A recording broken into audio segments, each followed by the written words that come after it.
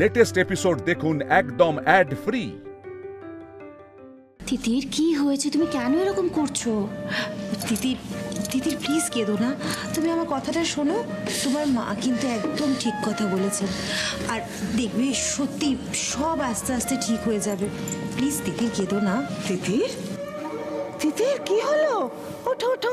ইস, তুমি এভাবে কাঁদছো কেন মা? কেন এভাবে কাঁদছো? নিশ্চয়ই রাজ তোমাকে কিছু বলেছে না? রাজ, রাজ, ওকে দেখি প্লিজ আমার বিড়ম্বনা আর বাড়াবেন না, আমি ওর মুখোমুখি হতে চাই না। এ মা, তা কি হয় নাকি? মা তুমি আমাকে ডাকছিলে? দেখো কিভাবে কাঁদছে। বাড়ির লক্ষ্মীকে কেউ এভাবে কাঁদায়? কেন এভাবে কাঁদছে? কি বলেছো রাজ তুমি ওকে? মা মা আমি কিছু বলিনি। বড় বৌদি, রাজ একদম ঠিক কথা বলেছে, ও কিছু বলেনি তিতিরকে। তুমি আসার পর থেকে তিতিরকে নিয়ে এত উদ্বিগ্ন হয়ে গেছো, এত বেশি উদ্বিগ্ন হয়ে গেছো, আমরা তো কিছু বলারই সুযোগ পাচ্ছি না। আরে বাবা, ওর মা বাবা চলে গেলেন না, তাই কাঁদছে। সে কি বলছো? বিআই বিয়ান চলে গেছেন?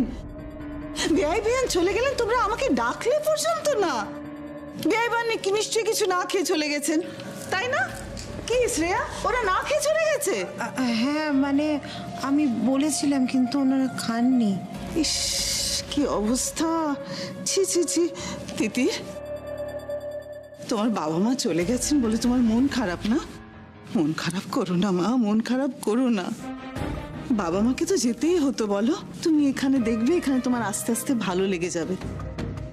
এ বাড়িটা তোমার ভালো লাগবে তিতির, একদম মন খারাপ করো না। দেখো, আমিও তো এ বাড়িতে একদিন নতুন ছিলাম না, আস্তে আস্তে ঠিক অ্যাডজাস্ট করে নিয়েছি। বৌদি এসব কি বলছে? দুই বউকে পালা করে এত ভালোবাসছে কেন? দেখো, তোমারও ভালো লাগতে শুরু করবে। দোয়েলকে এতক্ষণ আমি এটাই বলছিলাম। তিতির তো এ বাড়ি থেকে চলে যেতে চাইছিল। হে মা, তা কি হয় নাকি? সেটা কি সম্ভব? এখন থেকে তো এই বাড়িটাই তোমার আর দোয়েলের বাড়ি। এই বাড়িটা শুধুমাত্র আমার দিদির বাড়ি, আমার বাড়ি নয়। প্লিজ এটা বলবেন না আর।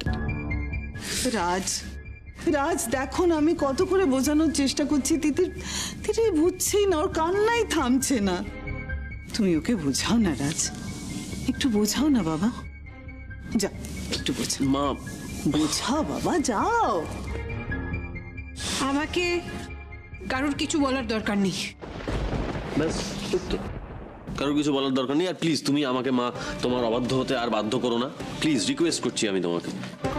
দেখো, আমাকে রিকোয়েস্ট করো না ওনাকে কিছু বলতে, কারণ আমি চাই না ওনাকে কিছু বলতে। আর তাছাড়া উনি কোথায় যাবেন, কোথায় থাকবেন, সেটা একান্তই ওনার ব্যক্তিগত ব্যাপার। আমি এই বিষয়ে হস্তক্ষেপ করতে চাই না। আর প্লিজ আমাকে এইসবের মধ্যে জড়িও না, প্লিজ রিকোয়েস্ট করছি। বড় বৌদি, রাজের আবার কি হলো বলো তো? রাজ তোমার কথা শুনলো না? ছেলে বড় হলে, ছেলের বিয়ে হয়ে গেলে মাকেই অনেক কথা দেখতে শুনতে হয়। আমি তাতে কিছু মনে করিনি। তাই বলে ছেলে আর ছেলে বউকে তো অসুখী দেখতে পারবো না আমি। আমাকেই কিছু ভাবতে হবে, একটা কোনো উপায় বের করতে হবে।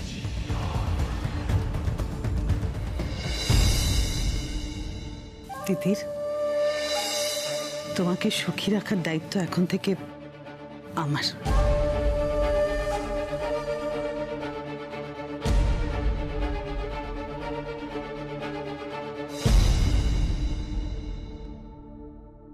সত্যি মালিনী এত সহজে তিতিরকে মেনে নিল? এতটা বদলে গেল ও হঠাৎ করে? কেমন যেন হিসেব মেলাতে পারছি না।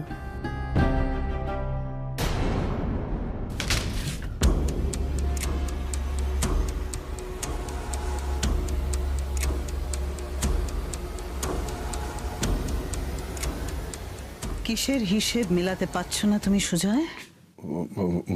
মানে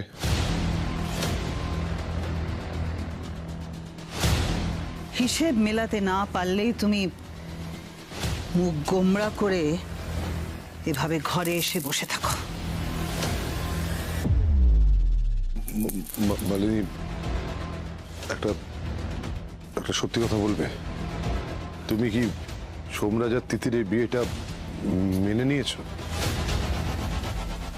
দোয়েলের গায়ের গরিব গরিব গন্ধ কিছুতেই যাচ্ছে না, যাচ্ছে না। মানে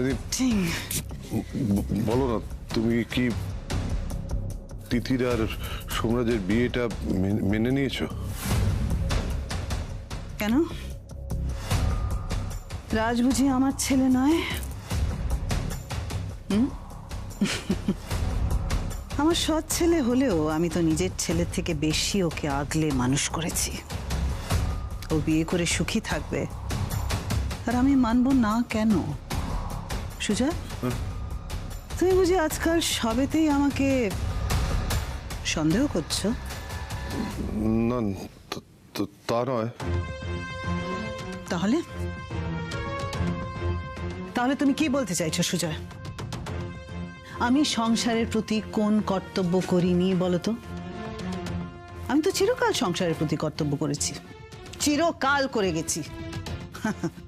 অবশ্য তোমরা সেটা ভুলে যেতে পারো। না, ভুলবো কেন? তুমি যা যা করেছো আমি কিচ্ছু ভুলিনি মালিনী। Good, very good. তোমার স্মৃতিশক্তি প্রখর বলেই আমি জানতাম তুমি, তোমার 3 বছরের ছেলে, তোমার ব্যবসা সব কিছু ভেসে যেত সুজয় যদি আমি না থাকতাম। তুমি, তোমার মা, শ্রেয়া, সুদীপ, সুদীপ্তা, জয়, তোমরা সবাই বহাল তবিয়তে হেসে খেলে ঘুরে বেড়াচ্ছ, কারণ আমি তোমাদের দেখে রেখেছি, ভালো করে দেখে রেখেছি। আমি তো অস্বীকার করিনি। করেছো, আলবাত করেছো। আমার উপরে কথা বলার অর্থ, আমার উপরে গলা তোলার অর্থ মানে আমাকে অস্বীকার করা। তুমি প্লিজ দিদিকে একটু বোঝাও। দেখো মেয়েটা কেঁদে কেঁদে নিজের কি অবস্থা করেছে। তিতির, হে তিতির, কি হয়েছে তোর? তোর চোখ মুখ এরকম দেখাচ্ছে কেন বল আমাকে। বাবা মা আমাকে না নিয়ে চলে গেল দিদি, আমাকে একা ফেলে চলে গেল। এই কি হয়েছে? কি হয়েছে?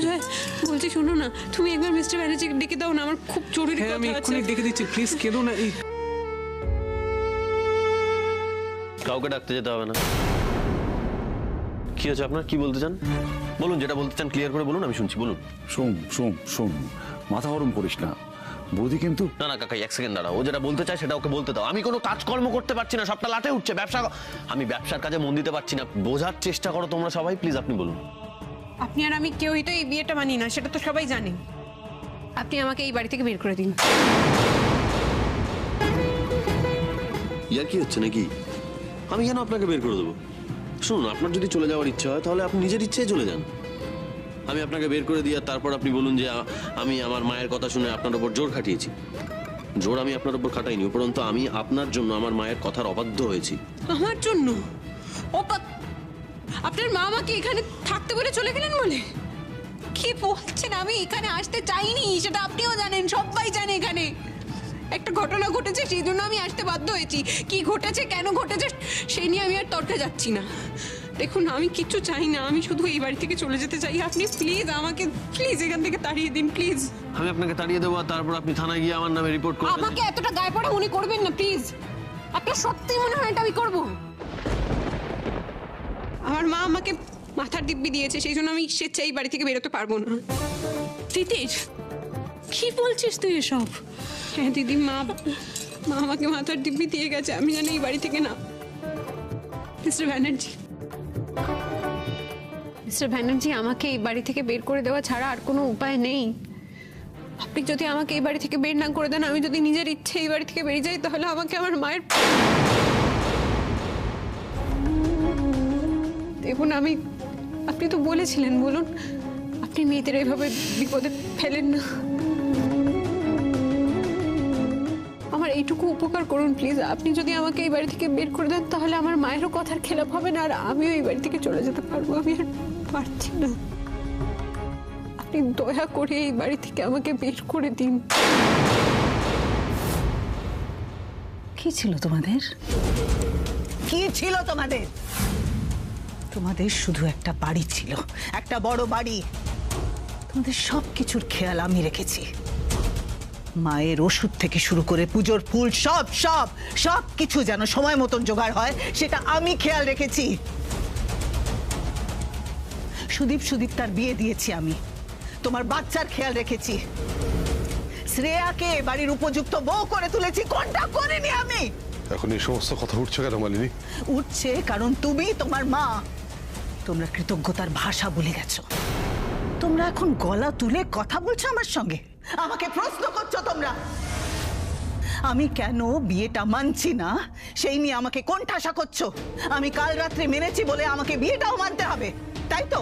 রাজের বউ হিসেবে আমি যে মেয়েকে মানতে চাইনি তাকে তোমরা ঘটা করে বরণ করে বাড়িতে তুলেছো। তার মানে তিতিরকে তুমি মানতে পারোনি মালিনী? আমি কাকে মানবো কাকে মানবো না সেই কৈফিয়ত আমি কাউকে দেব না সুজয়। তাহলে এই ভাত কাপড়ের অনুষ্ঠান, শাড়ি, গয়না, তোমার হাসি, এগুলো সব? তুমি কি বলতে চাইছো? আমার নাটক বলতে চাইছো?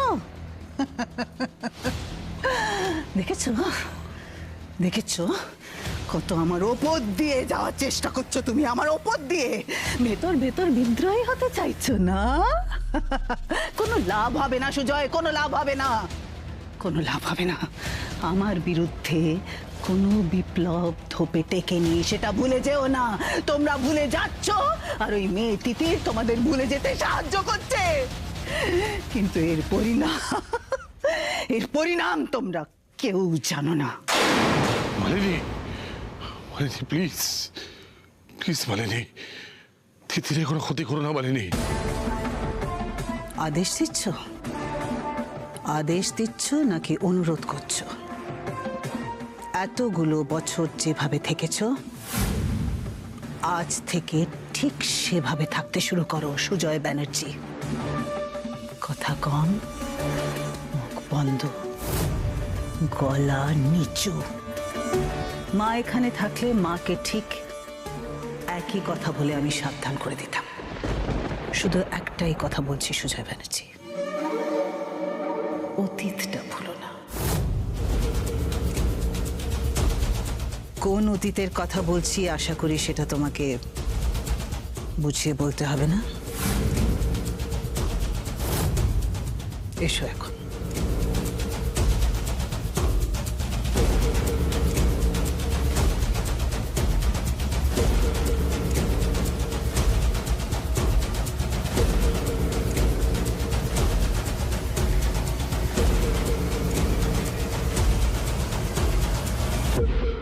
শিকড় আলগা হতে দেওয়া যাবে না, আমাকে আমার সিংহাসন শক্ত করতে হবে, আরো আরো শক্ত। মালিনী ব্যানার্জির বিরুদ্ধে তুমি যে অদৃশ্য লড়াই শুরু করেছো তিতির, সেই লড়াই তোমাকে হারতেই হবে, হারতেই হবে।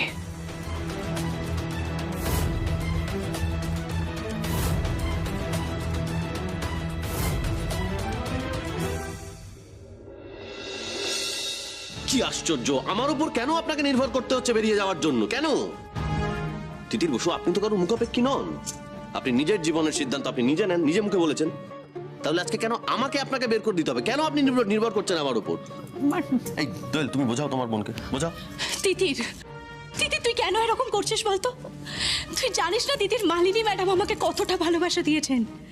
উনি আমাকে নিজের হাতে পায়েস খাইয়ে দিয়েছেন, উনি আমাকে নিজের মেয়ের জায়গাটা দিয়েছেন। তিতির, তুই এখানে থাকলে উনি হয়তো তোকেও। দিদি, আমি এখান থেকে চলে যাব সেটা নিয়ে কোনো দ্বিমত নেই। আমি শুধুমাত্র মিস্টার ব্যানার্জিকে বলেছি আমাকে বের করে দেওয়ার জন্য। তোকে তো বললাম মা আমাকে দিব্যি দিয়ে গেছে। দিদি, তুই কি চাইছিস? আমাদের মায়ের ভালো মন্দ কিছু একটা হয়ে যাক। কি বলছিস তুই এসব তিতির? আমি কেন চাইতে যাবো যে আমার? তাহলে আমাকে কিছু বলিস না। লিসেন টু মি, এতটা উত্তেজিত হও না। দেখো জয়, শোনো আমার কথা। দেখো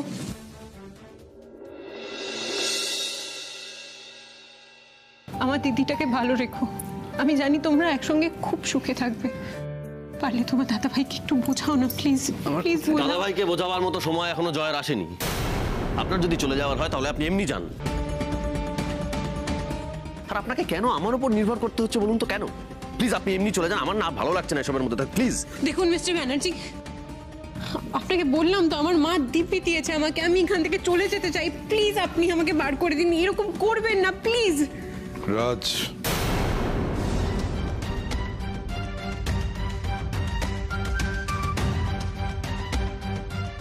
তিতিরকে চলে যেতে দাও রাজ। ও যেভাবে চাইছে সেভাবে ওকে যেতে দাও। যাও যাও, চলে যাও তিতির, তুমি চলে গিয়ে বাঁচো, যাও। আচ্ছা দাদা, তুই সব কি বলছিস বলতো? তোর কি মাথা খারাপ হয়ে গেছে? তুই কি শিক্ষা দিচ্ছিস রাতকে? আমি আর কি শিক্ষা দিতে পেরেছি?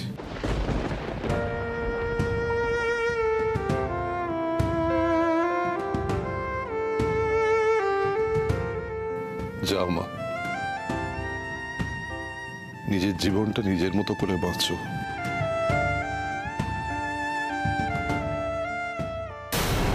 কি বলছিস নাকি? তুই কি বলছিস দাদা? তুই তো এতদিন চেয়েছিস যাতে তিতির এ বাড়িতে থাকে, সেই জন্য বৌদির এগেনস্টেও কথা বলেছিস, আজকে হঠাৎ কি হলো? তাছাড়া দিদিভাই তো এই বিয়েটা মেনে নিয়েছে, তাহলে কিসের দরকার যাওয়ার দাদা?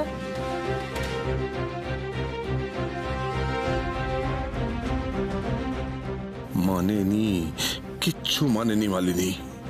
তোমরা মালিনীর যে রূপ দেখছো সেটা সত্যি নয়, ওটা মুখোশ। আমি তোমাদের সামনে বলতে পারছি না, আমি শুধু চাই তিতির এই বাড়ি থেকে বেরিয়ে গিয়ে বাঁচুক। দাদা, আচ্ছা তোর কি মনে হয় তিতির এ বাড়িতে থাকলে ভালো থাকবে না? কি করে ভালো থাকবে? মানে মানে ওর মন যদি না চায়, ও এখানে কি করে ভালো থাকবে? আমার কি মনে হয় জানিস, ও যখন চাইছে যে সৌমকে বাড়ি থেকে বার করে দিই, তাহলে ওর মায়ের কাছে ও পরিষ্কার থাকবে, তখন সৌমের এটাই করা উচিত। দেখেছেন তো মিস্টার ব্যানার্জি, আপনার বাবাও একই কথা বলছে, আপনি আর দেরি করবেন না, প্লিজ আমাকে বাড়ি থেকে বের করে দিন, আমি বাড়ি যাই, আমি বাড়ি যেতে চাই। আসুন আসুন।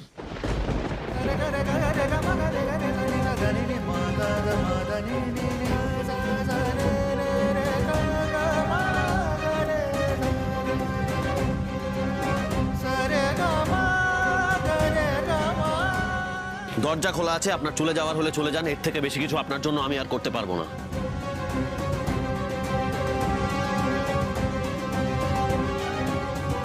রাজ,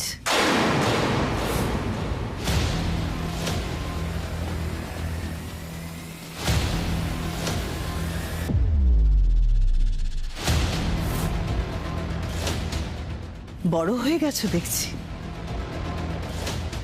বাড়ির দরজা খুলে দিয়ে নিজের বউকে বেরিয়ে যেতে বলছো। মা তুমি জানো না, ওই তিতির বসু কিন্তু তিতির বসু আমার বাড়ির লক্ষ্মী রাজ।